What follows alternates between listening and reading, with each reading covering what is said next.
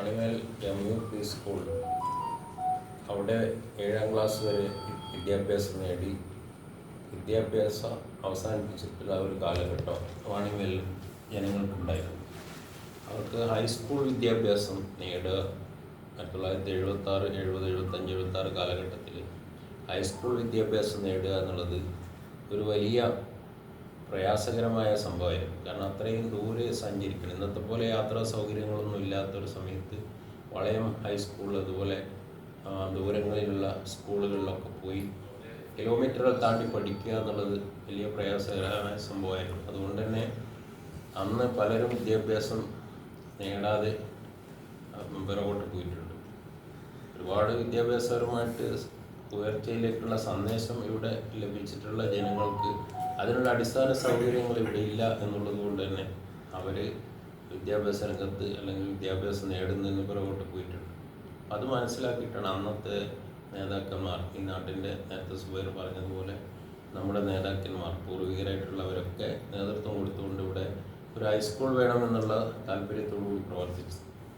അങ്ങനെ പ്രവർത്തിച്ചു 1976 മഹാനായ CH മുഹമ്മദ് കോയ സാഹിബിൻ്റെ താല്പര്യത്തിൽ അദ്ദേഹത്തിൻ്റെ ഇടപെടലിലാണ് ഈ സ്ഥാപനം ലഭിച്ചിട്ടുള്ളത്. അതിനുശേഷം ഈ മേഖലയാകെ മാറിയിട്ടുണ്ട്. സാംസ്കാരികമായി ഈ നാട് ഒരുപാട് ഉയർന്നു, വിദ്യാഭ്യാസപരമായി ഉയർന്നു.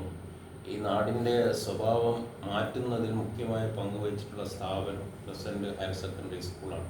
അറിയാം, ഈ മേഖലയിൽ ഒരുപാട് സംഘർഷങ്ങളും പ്രയാസങ്ങളൊക്കെ ഉണ്ടായിരുന്ന ഒരു കാലഘട്ടം ഉണ്ടായിരുന്നു.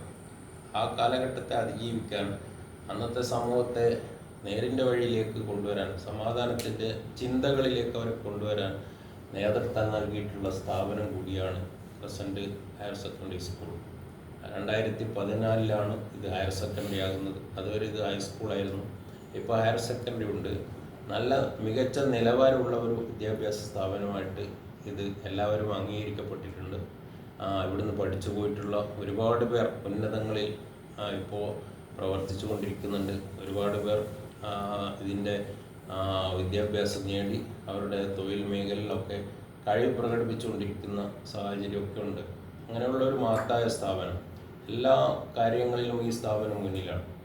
പഠന കാര്യത്തിൽ മുന്നിലാണ്, പാഠ്യേതര വിഷയങ്ങളിൽ മുന്നിലാണ്.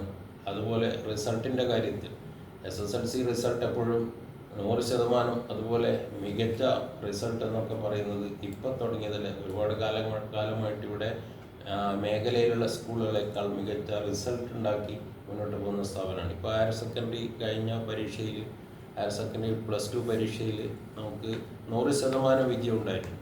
അപ്പം അങ്ങനെ പാഠ്യേതര വിഷയങ്ങളിലൊക്കെ മികച്ച പ്രവർത്തനങ്ങൾ നടത്തിക്കൊണ്ടിരിക്കുന്ന നല്ല അധ്യാപകരും അതുപോലെ അതിന് പിന്തുണ നൽകുന്ന മാനേജ്മെൻറ്റും ഇവിടുത്തെ അതുപോലെ അതിൻ്റെ സ്ഥാപന മേധാവി, പ്രിൻസിപ്പളും HM ഒക്കെ തന്നെ ഉജ്ജ്വലമായിട്ടുള്ളൊരു നേതൃത്വമാണ് നൽകിക്കൊണ്ടിരിക്കുന്നത്. അപ്പോൾ നമ്മൾ ഈ വാർഷികം ആഘോഷിക്കുമ്പോൾ, 50ാം വാർഷികം ആഘോഷിക്കുമ്പോൾ നമുക്ക് ചില ലക്ഷ്യങ്ങളുണ്ട്. നേരത്തെ ഈ സ്ഥാപനം ആരംഭിക്കുന്ന സമയത്ത് ഒരു ജനകീയ മുന്നേറ്റം ഇവിടെ ഉണ്ടാക്കിയതിൻ്റെ ഭാഗമായിട്ടാണ് ഈ സ്ഥാപനം ഉയർന്നു വന്നത്. ഇനി ഈ സ്ഥാപനത്തെ ആധുനികവൽക്കരിക്കാൻ, കാലഘട്ടത്തിനനുസരിച്ച് ഈ സ്ഥാപനത്തെ ഉയർത്തിക്കൊണ്ടുവരാൻ വലിയൊരു ജനകീയ പിന്തുണ ആവശ്യമുണ്ട്. അതാ സന്ദേശം ഈ 50ാം വാർഷികത്തിലൂടെ ഞങ്ങൾ നൽകുകയാണ്. ഇവിടെ പഠിച്ചിട്ടുള്ള സുബൈർ പറഞ്ഞതുപോലെ 20,000-ത്തിലധികം കുട്ടികൾ ഇവിടുന്ന് പഠനം പൂർത്തിയാക്കി പോയിട്ടുണ്ട്. അവരൊക്കെ ഇവിടുത്തെ പൂർവ്വ വിദ്യാർത്ഥികളാണ്.